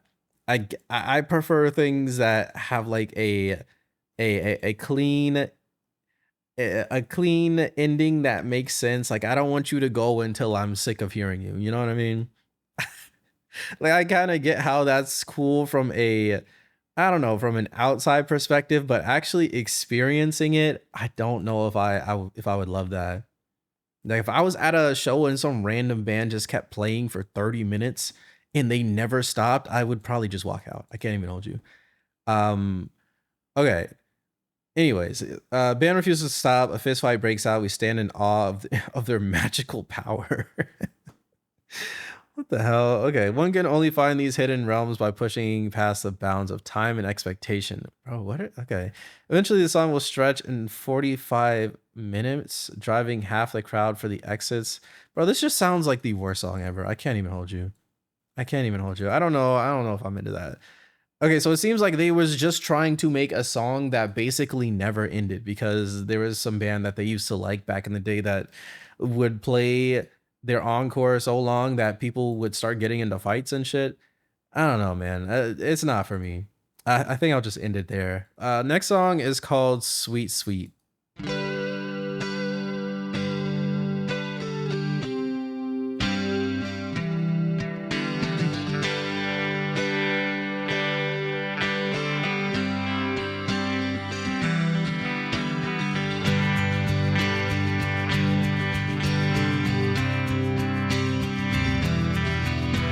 Sweet, sweet, sweet, sweet little agony.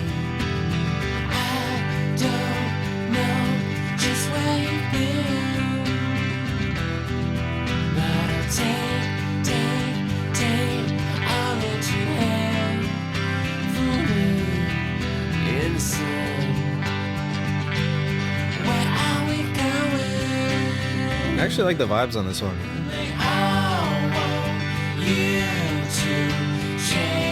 It's almost got like a little bit of a folk type of vibe to it.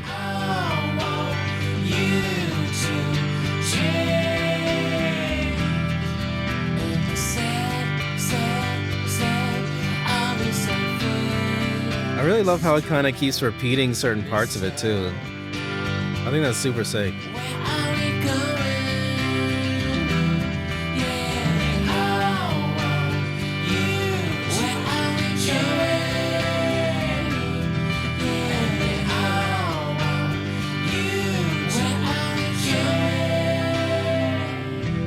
Damn. I mean, yeah, this was cool. This is a cool one.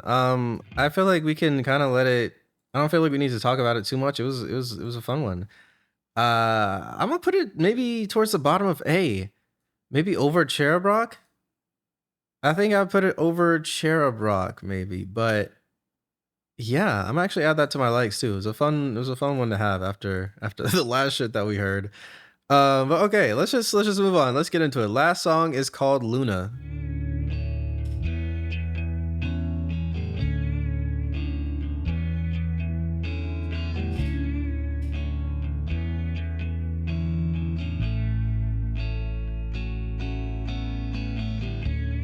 What moon songs do you sing, your baby? What sunshine do you bring? Kind of like lullaby songs. Is that what he means by moon songs? That's cool. Who decides who's crazy? Who rights wrongs while others claim? I'll sing for you. Ooh, I like this. If you want me to, I'll give to you. And it's a chance I have to take. And it's a chance I have to break. Hmm.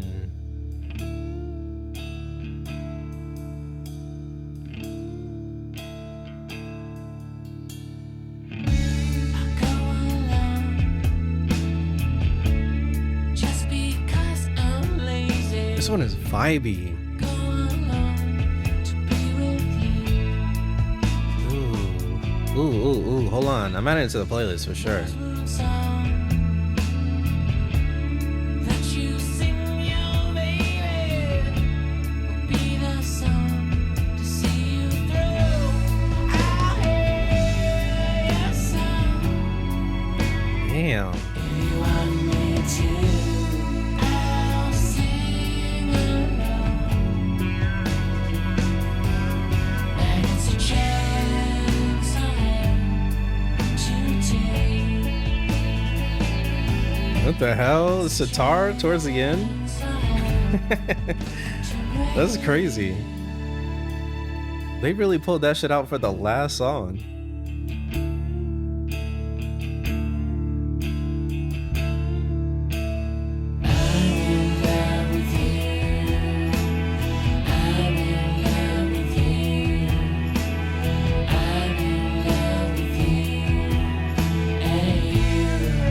Ooh. He sounds so good too. I love his vocals. I feel like I didn't mention that enough on the album.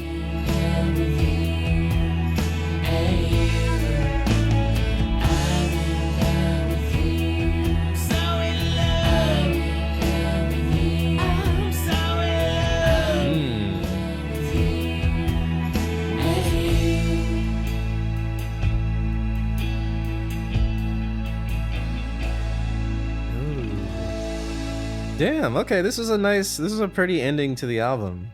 I can't lie, this was a nice ending. Super pretty. Luna. I wonder if this was about like an actual person specifically that he knew, like maybe a new girlfriend or something like that. Or maybe he's just talking about, no, actually, now that I think about it, Luna means the moon, right? Is that in Spanish? So like moon songs do you sing to your babies? I don't know. Maybe this has a different meaning to it. I go along just because I'm lazy. I go along to be with you, and those moon songs that you sing for your babies. Interesting. Actually, I'm gonna look into this one a little bit.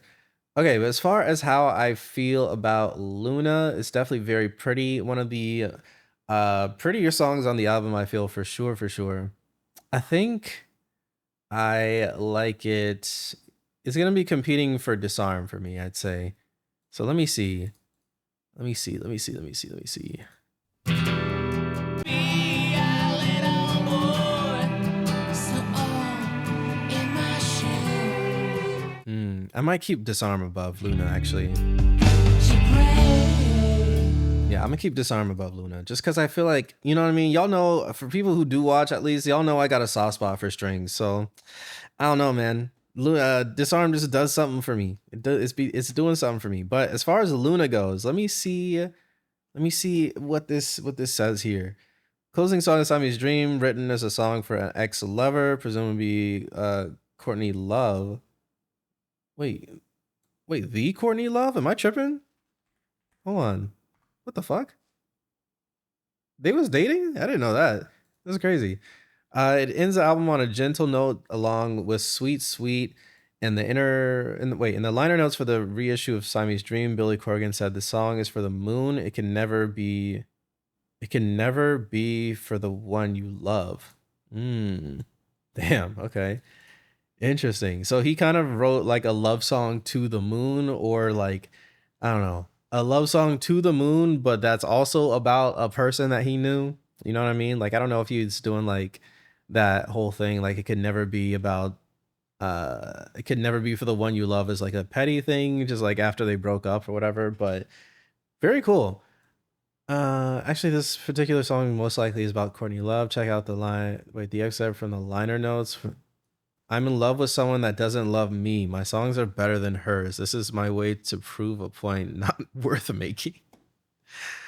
Okay, yeah, so he was definitely being petty there. No way he actually said this. My songs are better than hers. That's insane, bro. What? Wait, hold on. What else did he say about this? Written in a hotel room in London on a 3-week stay, we come early for press, and the powers that be figure it's cheaper to have us sit and wait than fly us home, only to return. I'm in love with someone that doesn't love me. My songs are better than hers. This is my way to prove a point not worth making. I lean my back up against the wall of my room, pushing my spine up straight. My guitar has been painted day glow at the hands of a sweet madman. Okay. I sing a love song in an empty room. It is for the moon. It can never be for the one you love. That's wild. So I guess he was in love with Courtney Love, but Courtney Love didn't want him. And then he kind of wrote this song, which, hey, honestly, bro, shout out to Courtney Love because I do like this shit. I do like this shit. This is a good one. Okay, cool. Overall, I definitely enjoyed this album. It was a fun listen for sure, for sure. I will say like the biggest standout to me for sure when it comes to Smashing Pumpkins is just their unique sound. I feel like they're one of the few bands that genuinely have their own style. So I would say I'm definitely interested in hearing more about them for sure, for sure. Also, was this their first album? Because now I'm thinking about it, like if he was dating Courtney Love around this time, they had to have had some other stuff. Okay, yeah, they had Gish. They had what is this? Okay, they had one album before this one, so I don't know what the situation there was. That was crazy. Yeah, I'm done though.